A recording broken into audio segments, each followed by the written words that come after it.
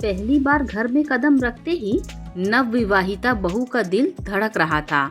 यूं तो पति ने हाथ कसकर पकड़ रखा था और उसे तसल्ली भी थी, पर उसे लग रहा था कि ससुराल की दहलीज से लेकर दरवाजे पर रोली का टीका, कुमकुम की थाली, दीपक की हल्दी, लौ और घर भर की निगाहें बस उसे ही परख रही थी। हाथों में बैग, आंखों में उम्मीद और भविष्य का हल्का सा डर लिए बहू धीरे धीरे घर के भीतर चली। पति का हाथ अब भी हाथ में था। विवाह के समस्त नेकचार के बाद सास ने ठंडी और थोड़ी कठोर आवाज में कहा, याद रखना, यहाँ सब मेरी मर्जी से होता है। जो भी करो मुझसे बिना पूछे न होगा। यह मेरा घर है। बहू ने सिर झुकाकर अपनी सहमति दिखाई। उसका दिल तेजी से धड़क रहा था। मुस्कान के पीछे छिपा डर कहीं उसके भीतर उतर गया। पति के हाथ की पकड़ ढीली हो गई थी। वह अपने अंदर की हिम्मत को टटोलती हुई चुपचाप चौखट के पास खड़ी रही। पहले कुछ महीने बहुत कठिन थे। हर छोटी बात पर सास की नजर रहती थी। घर के हर निर्णय उनकी नियंत्रण में थे। एक दिन जब उसने सास से बिना पूछे चाय बना ली तो घर में मानो कोहराम सा आ गया। चौखट थर्रा गई। पति और ससुर की चुप्पी उसे खली थी, पर वह मौन रही। उस दिन के बाद उसकी आवाज कभी चौखट तक भी नहीं पहुंची।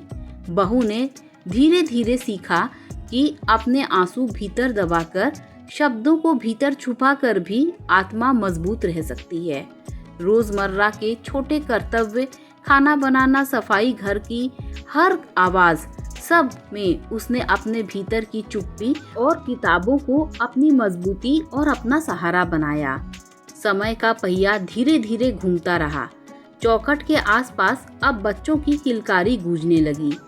बहू माँ बनी और अब घर की जिम्मेदारियां उसके कंधों पर आ गई। चौखट अब रिश्तों की गवाही बन प्रतीक सी खड़ी थी। बहू जानती थी कि रिश्ते बदलते हैं, लोग बदलते हैं, लेकिन धैर्य और समझ ही घर को संवारते हैं। उसने पति के प्रेम को संबल बनाया। बच्चे बड़े हुए और सास बहू के रिश्तों में एक नीरवता हमेशा पसरी रही।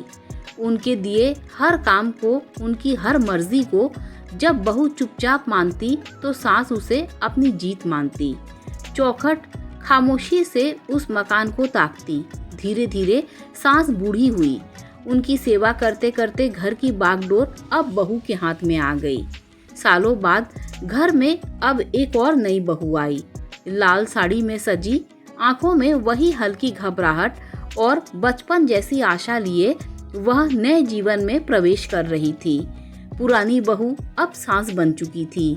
सारे नेक आचार वैसे ही हुए जैसे उस घर की परंपरा थी। दादी सास अब चौखट के पास एक कुर्सी लगाकर सारे नेक आचार देख रही थी और आश्वस्त हो रही थी। नवविवाहिता अब भी सकपका रही थी। सास उसके पास गई। अपने बेटे के हाथ को बहू के हाथों को मजबूती से थामे देख मुस्कुराई। उन्हें देख बेटे के हाथ की पकड़ ढीली हुई और वह अंदर चला गया। सास ने आगे बढ़कर बहू का हाथ थाम लिया और कहा, इस चौखट से भीतर कदम रखते ही जान लो, यह घर तुम्हारा है। तुम्हारे होने से घर में रोशनी आई है। तुम्हारी खिलखिलाहट से घर और चमकने लगेगा। अब तुम अपनी मर्जी से इसे आगे बढ़ाओ, इसे सजाओ, संवारो और अपना बना लो। मैं हमेशा तुम्हारे साथ हूँ।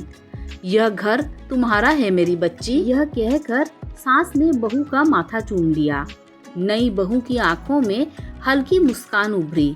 उसकी सारी शंका और डर तसल्ली में बदल गए। उसने सास के पैर छूकर उन्हें गले लगा लिया। चौखट के पास बैठी दादी सास की आंखों में आंसू थे। उन्हें पश्चाताप था कि वह इतने सालों बाद भी कभी अपनी बहू को गले नहीं लगा पाई। वो महसूस कर पा रही थी कि घर केवल दीवारें नहीं बनाती। वह सबरे हुए घर को देख समझ गई कि रिश्तों की सोच और दिल की समझ से ही घर संवरता है। सास ने मुस्कुराते हुए पीछे हटकर देखा। दादी सास ने सिर झुकाकर आंखों से आशीर्वाद भेजा और घर के हर कोने में एक नई ऊर्जा दौड़ गई।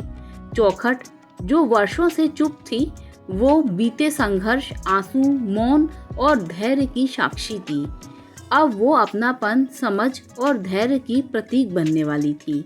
हर कदम, हर शब्द और हर मुस्कान में महसूस हो रहा था, घर केवल दीवारों से नहीं, रिश्तों और प्यार का होता है। और पहली बार इस घर में हर दिल एक दूसरे की धड़कनों के साथ सही तालमेल से धड़क रहा था।